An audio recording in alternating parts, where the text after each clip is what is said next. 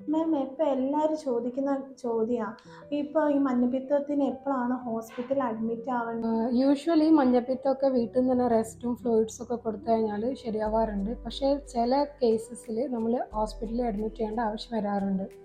Especially acute liver ഫെയിലിയറിൻ്റെ ലക്ഷണങ്ങൾ patient കാണിക്കാൻ തുടങ്ങിക്കഴിഞ്ഞാൽ. അതെന്തൊക്കെയാണെന്ന് വെച്ചാൽ, ആദ്യം തന്നെ നമ്മുടെ ഓൾട്ടേർഡ് മെൻ്റൽ സ്റ്റാറ്റസ്, അതായത് പേഷ്യൻറ്റിന് അബോധാവസ്ഥയിലേക്ക് അല്ലെങ്കിൽ കൺഫ്യൂഷൻ അല്ലെങ്കിൽ ഭയങ്കര ക്ഷീണം, ആളല്ലാതായി മാറുക, ഇങ്ങനത്തെ എന്തെങ്കിലും ലക്ഷണങ്ങൾ കാണിക്കുകയാണെങ്കിൽ ഉടനെ അത് ഹോസ്പിറ്റലിലേക്ക് കൊണ്ടുവരേണ്ടതാണ്. രണ്ടാമത്തെ ലക്ഷണമാണ് ബ്ലീഡിങ്. അപ്പോൾ അത് രക്തം ഛർദ്ദിക്കുന്ന രീതിയിലാവാം, അല്ലെങ്കിൽ മലത്തിലൂടെ രക്തം പോകുന്ന അല്ലെങ്കിൽ കറുപ്പ് കളറുള്ള മല ആവാം. ഇതൊക്കെ ബ്ലീഡിങ് സൈൻസ് ആണ്. വേറൊരു കാര്യം എന്ന് പറഞ്ഞു കഴിഞ്ഞാൽ ഷുഗർ പെട്ടെന്ന് ഡൗൺ ആവുക, അല്ലെങ്കിൽ പെട്ടെന്ന് തന്നെ ബിലിറുബിൻ്റെ കൗണ്ട് വളരെ കൂടും. രണ്ടാമത്തെ റിസ്ക് ഗ്രൂപ്പാണ് ഒന്ന് പ്രഗ്നൻറ്റ് ഫീമെയിൽസ്.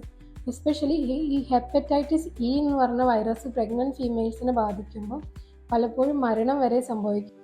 ഓൾറെഡി മരുന്ന് കഴിക്കുന്ന ആൾക്കാർ, ഹാർട്ട് ഡിസീസിൻ്റെ അല്ലെങ്കിൽ കിഡ്നി ഡിസീസിൻ്റെ, ഡയബറ്റീസ്, ഈ അസുഖം വരുമ്പം നമ്മൾ ഒന്നും കൂടെ ഒന്ന് ഹൈ റിസ്ക് ഗ്രൂപ്പായിട്ട് വേണം കണക്കാക്കാൻ. പിന്നെ ഈ സാധാരണ മഞ്ഞപ്പിത്തം വന്ന് പക്ഷേ സിംറ്റംസ് വളരെ സിവിയർ ആണ്, ഭക്ഷണമൊന്നും കഴിക്കാൻ പറ്റുന്നില്ല, ഒരുപാട് ഛർദ്ദിച്ച് ഡീഹൈഡ്രേഷനിലേക്ക് പോവുകയാണ്, അങ്ങനെയൊക്കെ ഇഞ്ചക്ഷനിലേക്ക് മാറേണ്ടി വരും. അപ്പോഴും അഡ്മിഷന് ആവശ്യം ഉണ്ടാവാം. ഓ, അപ്പം അങ്ങനെയാണ് കാര്യങ്ങൾ. Okay ma'am, thank you.